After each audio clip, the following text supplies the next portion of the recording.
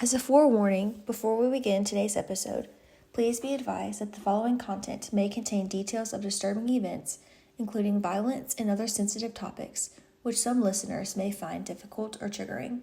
Listener discretion is advised. Thank you. Welcome back, Night Watchers. I'm your host, Haley, and today we dive into the perplexing and deeply concerning disappearance of Daniel Robinson.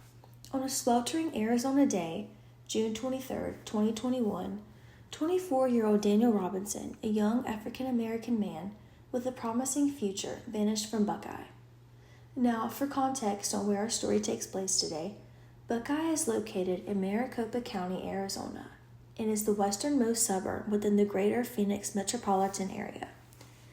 Now, back to Daniel. Standing at 5'8" with black hair and brown eyes, Daniel was last seen leaving his job site near the intersection of Sun Valley Parkway and Cactus Road in Buckeye early that morning around 9 a.m. Now, by 7 o'clock p.m. that evening, his distraught father, David Robinson, had already filed a missing person report. Daniel was working as a hydrogeologist for a company called Geologic Associates. On that morning, colleagues noticed that Daniel seemed off. He was reportedly quiet and withdrawn, not his usual sociable self. Some described him as appearing distracted and agitated in the hours leading up to his departure. Those who knew Daniel indicated to investigators that his likely direction of travel was westward, into the vast and unforgiving Arizona desert surrounding Buckeye. This area is characterized by arid, rugged terrain with sparse vegetation, making searches particularly challenging. To truly understand the gravity of this disappearance, we need to understand who Daniel was. Despite being born without his lower right arm, he was a testament to resilience, actively participating in sports and excelling academically. His intellectual curiosity led him to pursue earth sciences, culminating in a geology degree from the College of Charleston in 2017. This achievement propelled him to Arizona, where he landed his dream job as a hydrogeologist, a role that involved fieldwork, likely including tasks related to groundwater assessment and well monitoring in the Buckeye area. By all accounts, Daniel had built a meaningful life for himself, a life he seemed unlikely to abandon willingly. The day he vanished, June 23rd, painted a picture of a young man seemingly not himself. Instead of his usual routine, Daniel was seen departing his workplace near Sun Valley Parkway and Cactus Road in Buckeye early around 9 a.m. There were reports of unusual behavior that morning, a persistent gaze towards a seemingly endless desert that stretched west of their location, muttered words that didn't quite make sense, and fragmented sentences that left those around him puzzled and concerned for his well-being. Adding to this sense of ease, Daniel's sister recalled a disturbing incident just 2 weeks prior, finding her brother in a silent trance, staring blankly at a wall for an extended period. A moment that deeply worried her and suggested that something was amiss with Daniel in the weeks leading up to his disappearance. The initial hours and days after Daniel's disappearance were a flurry of urgent activity, yet yielded little in the way of concrete clues. Within hours of his father's report, Buckeye police initiated a ground search of the job site, meticulously combing the immediate vicinity in hopes of finding any trace of Daniel. The following day, June 24th, the search continued, expanding outwards into the surrounding desert. While law enforcement conducted these searches, family and friends also organized their own volunteer search parties, navigating the difficult terrain. But no sign of Daniel emerged. Investigators attempted to leverage technology, assessing the Uconnect system in Daniel's Jeep Renegade. Uconnect is a connected car platform that can sometimes provide vehicle location data, but in Daniel's case, this crucial GPS information was reportedly not available. Similarly, attempts to ping his cell phone proved unsuccessful, either because the phone was turned off or was in an area with no signal, leaving them with no digital breadcrumbs to follow. The aerial perspective was sought on June 25th with a Phoenix Firebird helicopter conducting an expensive search from above, yet the vast and challenging landscape offered no easy answers. Where had Daniel gone, and what unforeseen circumstances might he have encountered so soon after leaving work in Buckeye?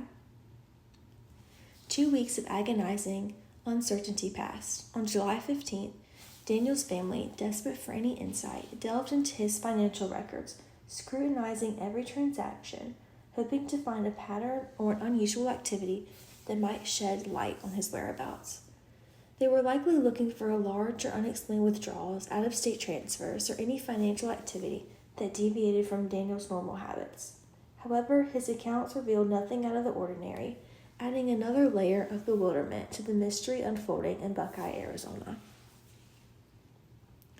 And 4 days later, on July 19th, a discovery offered a glimmer of potential answers, a moment that must have been filled with both hope and dread for Daniel's family. Daniel's Jeep Renegade was found rolled over in a ravine, a location less than 3 miles southwest of his job site near Sun Valley Parkway and Cactus Road in Buckeye. The ravine was described as being somewhat concealed and not immediately visible from the main road.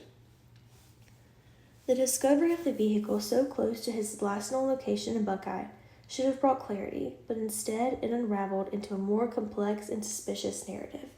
The Jeep resting on its side contained Daniel's personal belongings, his cell phone, wallet, and keys, which seemed unusual if he had simply wandered off after an accident. An accident reconstructionist hired by the family due to their suspicions painted a troubling picture, suggesting the scene might have been staged. Their analysis indicated that the ignition had been turned numerous times after the airbags deployed, which is not typical of a post-accident scenario where someone might be injured or disoriented. Furthermore, the odometer registered unexplained mileage, suggesting the vehicle may have been driven off after the alleged accident. Adding to this, red paint transfer was found on the Jeep. The specific location wasn't always detailed in reports, but its presence hinted at a collision with another vehicle prior to the Jeep ending up in the ravine, just 2 days prior to its discovery in the Buckeye area, raising serious questions about when and how the vehicle ended up there. Adding to the unsettling circumstances in Buckeye, Daniel's apartment was found ransacked after he went missing. Reports indicated that items were strewn about, suggesting a possible forced entry or a deliberate act to create disarray. His laptop had also been accessed sometime after his disappearance. Forensic analysis revealed that someone had been browsing his computer, though the specifics of the browsing history weren't always publicly released. We also know that Daniel had developed a rapid and intense connection with the woman he met through Instacart, a relationship characterized by his unannounced visits, which made her uncomfortable and led to her request that he not come to her home uninvited. His father David recalled conversations about this woman and Daniel's interactions with her shortly before Daniel's disappearance from Buckeye. While the woman reportedly cooperated with the investigation, her perspective on the relationship highlighted some potential interpersonal complexities in Daniel's life. Despite all these red flags, investigators have reportedly leaned towards no foul play in this Buckeye case, suggesting the possibility of a self-inflicted incident or natural cause. Though the evidence presented by the family strongly contradicts this conclusion stands in stark contrast to the persistent efforts of Daniel's father David, who vehemently believes otherwise. He points to the unusual behavior, the suspicious vehicle delivery, and the break-in at Daniel's apartment as evidence that something far more sinister occurred. David also highlighted the unsettling discovery of activity on Daniel's computer after he vanished. He has even voiced his own theories about potential motives, suggesting jealousy related to Daniel being a young black male, a black geologist in the Buckeye region, a perspective that speaks to the racial dynamics that can sometimes unfortunately play a role in such cases. Private investigator Jeff McGrath, hired by the family, remains involved in the case as of 2024, and by all indications does not believe Daniel willingly disappeared from Buckeye, echoing the family's concerns about the initial assessment of no foul play. Now, as we piece together these fragments from Buckeye, the questions are unavoidable. Did law enforcement thoroughly examine the possibility of the crash scene being staged, taking into account the accident reconstructionist findings? Was a comprehensive effort made to locate witnesses who might have seen the Jeep being moved, or how it ended up in the ravine near Buckeye? What was the source of that red paint, and was it ever traced to another vehicle? It's hard not to feel that the initial ruling out of foul play may have hindered a more in-depth investigation into what truly happened to Daniel in Buckeye, Arizona. The rancher's statement about the Jeep's absence just days before its discovery is particularly troubling and seems to warrant far more scrutiny than it apparently received. The anguish and frustration of Daniel's family must be immense as they seek answers. The official narrative surrounding Daniel's disappearance in Buckeye and the reality pieced together by his family and their investigators seem to be worlds apart. The fight for answers still continues. With the search for Daniel Robinson active, if you have any information regarding his disappearance from Buckeye, please contact the Buckeye Police Department or reach out to David Robinson through his dedicated channels such as YouTube. Joining me on Nightwatch, and I look forward to seeing you guys next week.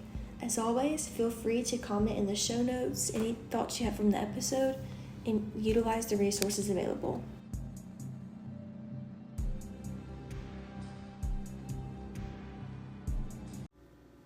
That brings us to the end of today's episode on Nightwatch. As we move into our special summer series, we want to hear from you, Night Watchers. What cases have kept you up at night? What mysteries do you want us to unravel? Head on over to our social media, where you'll find all the links in the show notes, and submit your ideas for upcoming episodes. But that's not all. As a special thank you for your engagement this summer, one lucky listener will have the incredible opportunity to join me right here on Nightwatch as a guest speaker to discuss their chosen case. Imagine sharing your insights and your theories with our entire audience. So, get those true crime gears turning, send us your most compelling cases, and you could be joining me behind the mic. Until next time, Night Watchers, keep watching the night. See you guys next week, and don't forget to submit your ideas.